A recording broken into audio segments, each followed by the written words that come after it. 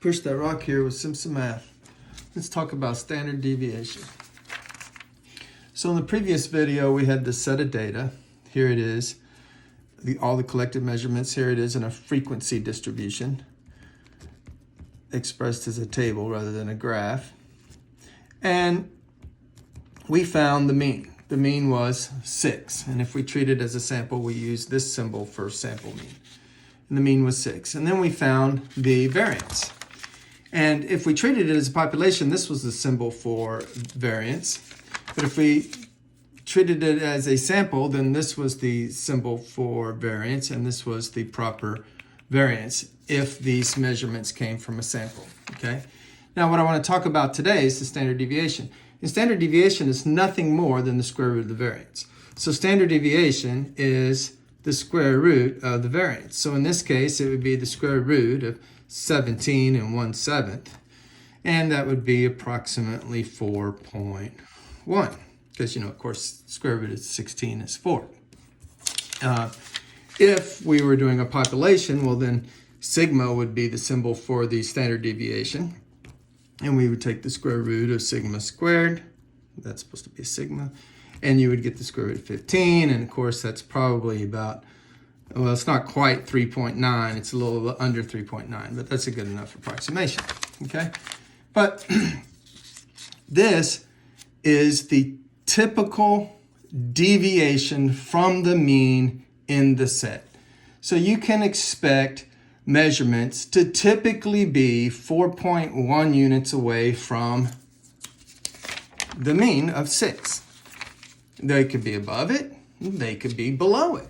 That's what standard deviation means. It's not really an average distance from the mean, because remember, we squared everything, so that made things kind of wonky, but it's a typical distance from the mean.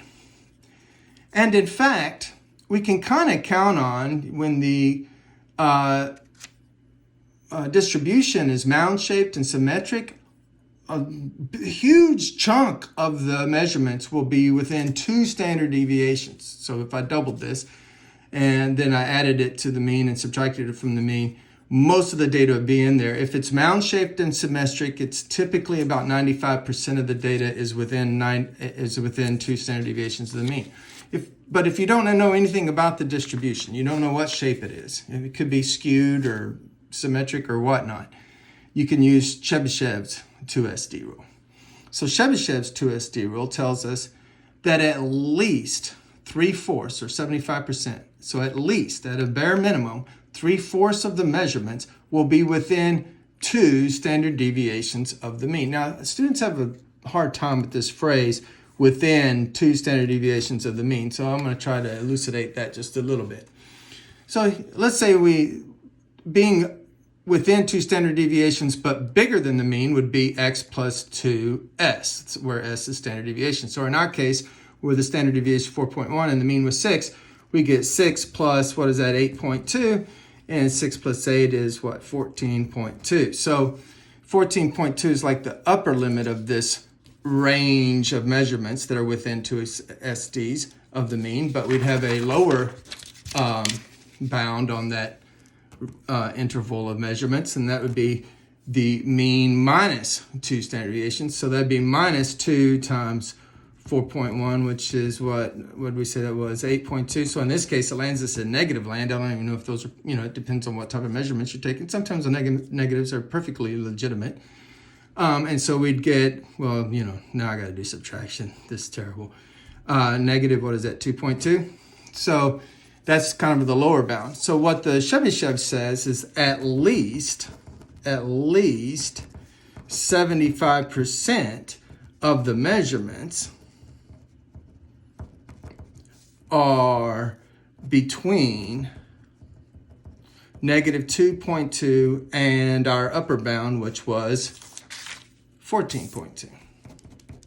That's what it says, 14.2. That when it says at least 75% of the measurements are within 2 standard deviations, that means they're no more than 2 standard deviations above and no more than 2 standard deviations below. So I found 2 standard deviations below, 2 standard deviations above, and they're within that range from that lower boundary to that upper boundary. That's what that phrase means. And then for our particular data, you can tell this is definitely true.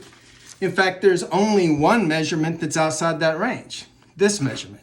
That's the only measurement that's not with that range. You know, we don't have any negatives, so nothing on the low end, but we do have a guy that one measurement that's outside of the range.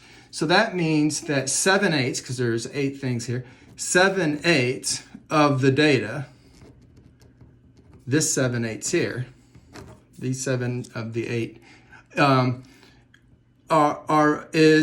data is actually plural, so I should say are between -2.2 and 14.2, or another way to say that, are within 2 SD, SD standing for standard deviation, of the mean. Okay, and so remember the Chebyshev's rule says at least 75%. Well, 7/8 is more than 75%, because 75% is 3/4. So this is a bigger chunk. This is like 88%. Math made simple. Simpson math.